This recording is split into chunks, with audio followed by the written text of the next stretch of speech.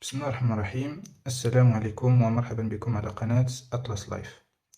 في هذا الفيديو كنقدم لكم واحد العلاج سهل، واحد العلاج فوري للسعال، وبالخصوص السعال الليلي، وخصوصا نحن في بداية موسم الشتاء. لكن في هذا الفيديو كنطلق من مجموعة ديال الفرضيات.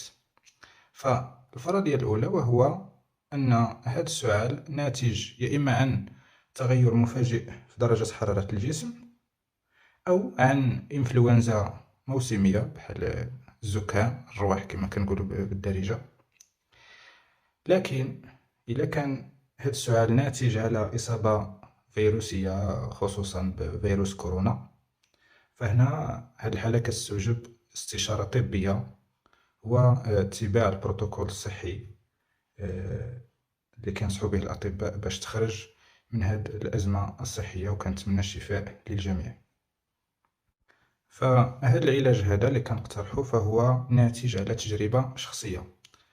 فأنا تقريبا كل سنة يعني كنتصاب بهذا السعال هذا، يعني عندي حساسية من البرد، وكنت كنجرب مجموعة من السيرو، يعني مجموعة من الأدوية المضادة اللي كتنقص من الحدة ديال السعال، لكن بدون جدوى.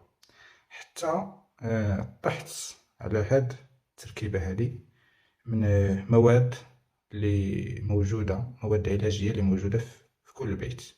وهاد المواد إلا ما كانتش موجودة خصها ضروري تكون موجودة. فنبداو أول حاجة بالمكون الأول. أشنو هو في نظركم المكون الأول؟ المكون الأول هو الزنجبيل. الزنجبيل أو كما كنقولوا بالدارجة سكينجبير. فهذا داخل في نطاق ديال البهارات، والفائدة ديالو كتجلى في جوج حوايج. أول حاجة هو أنه كينشط الدورة الدموية. إذا ملي كينشط الدورة الدموية، فالدم كينتقل لجميع أنحاء الجسم، وبالخصوص إلى المنطقة اللي فيها الالتهاب، المصابة بالالتهاب.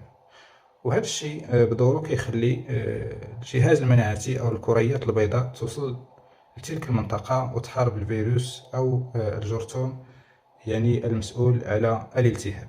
إذن الفائدة الأولى قلنا هي تنشيط الدورة الدموية. الفائدة الثانية وهو أنه كيسخن الجسم. فهاد الدورة الدموية اللي كتنشط كتخلي أن حتى درجة الحرارة كتزيد شوية، يعني الجسم كيدفى، وبالتالي بعض الفيروسات اللي كتلقى راحتها واللي كتنتشر في واحد الوسط اللي بارد، يعني ملي كيكون الجسم أقل من 37 درجة، فملي كترتفع درجة الحرارة للجسم بقليل، فمجموعة أو جزء كبير من هاد الفيروسات هادو، من هاد الجراثيم، فكيموت. لكن المشكل الوحيد اللي كيبقى بالنسبة للزنجبيل وهو المذاق ديالو المر والحار. إذا كيفاش غادي نتغلبوا على هذا المذاق المر والحار؟ وهذا اللي كيأدينا للمكون الثاني. فالمكون الثاني ديال هذا العلاج هذا هو الحليب.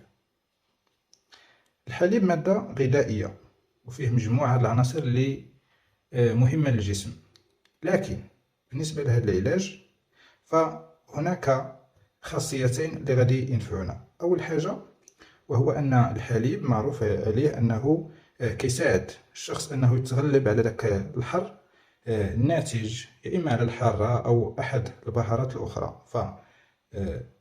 الخاصية الأولى اللي غادي نحتاجوها في الحليب وهو أنه غادي يساعدنا نتغلبوا على هذا المذاق المر والحار ديال الزنجبيل.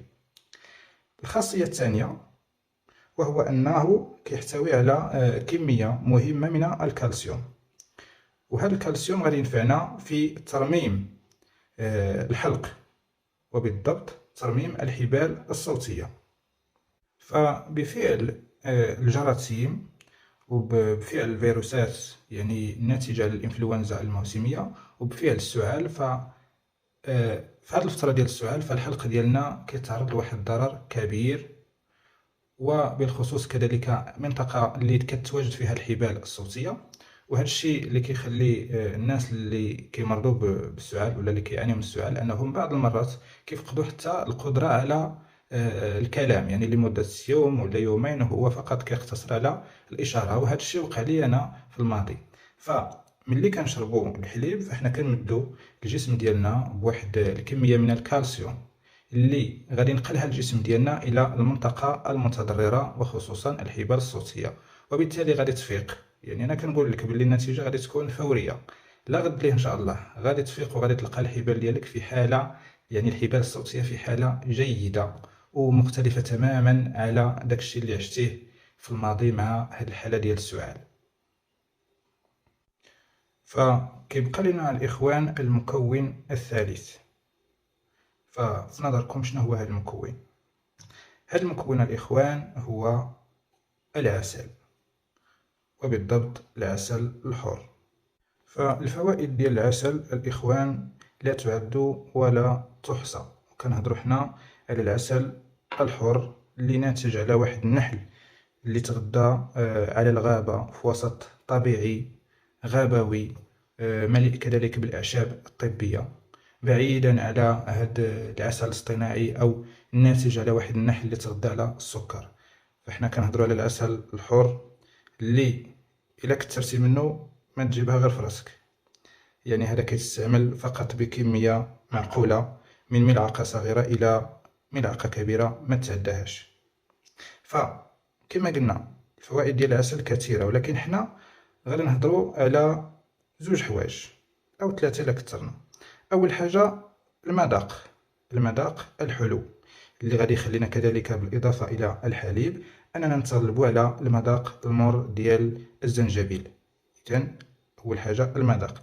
ثاني حاجة الخاصية العلاجية، وهو أنه مضاد للجراثيم ومضاد للبكتيريا. إذا مضاد للجراثيم هذا الشيء غادي يخليه أنه يساعدنا نتغلبوا على الجراثيم، أي يعني الميكروبات المتواجدة في الحلق، وبالتالي غادي ينقص لنا الضرر المتواجد في الحلق والرئة بفعل الإنفلونزا. بالإضافة إلى أن العسل فهو صادر على النحل اللي تغذى على مجموعة من الأعشاب، منها أعشاب طبية. إذن فيه فوائد ديال الأعشاب الطبية. إذن هادو هما المكونات الثلاث ديال العلاج ديالنا. فكيبقى لنا فقط طريقة التحضير. فطريقة التحضير سهلة، وهو أنه غادي ناخدو نصف ملعقة صغيرة من الزنجبيل، غادي نخلطوه مع ملعقة كبيرة من العسل الحر. باش غادي نخلطوه بحليب دافئ، بكأس من الحليب الدافئ.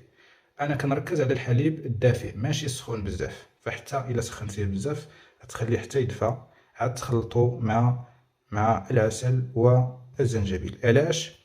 لأن بعض الخاصيات العلاجية للأعشاب وكذلك للعسل فكتختفي. هذه الخاصيات العلاجية كتختفي إلا كانت مع ارتفاع درجة الحرارة. فحنا ما بغيناش حنا نقتلو دوك العناصر العلاجية الموجودة في العسل بفعل درجة حرارة مرتفعة. إذا نخليو الحليب ديالنا حتى يدفى، أو إلا كان سخون نخليوه حتى يدفى، ومن بعد نخلطو المقادير ديالنا ونشربوها بالصحة والعافية. فبالنسبة للتوقيت ديال هذا العلاج هذا، فشخصيا أنا كنستعملو مرة واحدة في اليوم قبل النوم، لأنه كما قلت لكم السعال ممكن يرافقنا نهار كامل، ولكن فين كيولي مزعج بزاف وهو في الليل، فين كنكونو محتاجين نرتاحو ونشبعو النعاس. فالسياسة ديالنا في هاد القناة واضحة وباينة، وهو أن كنجيبو فقط داكشي اللي غادي ينفعكم في الحياة اليومية ديالكم. فما تنساوش إلا عجبكم هاد الشيء، إلا عجبكم هاد العلاج وجربتوه ونفعكم، ما تنساوش تابوناو في لاشين وتبارطاجيو هاد الفيديو مع الأصدقاء ديالكم. والسلام عليكم، وإلى اللقاء في فيديو قادم.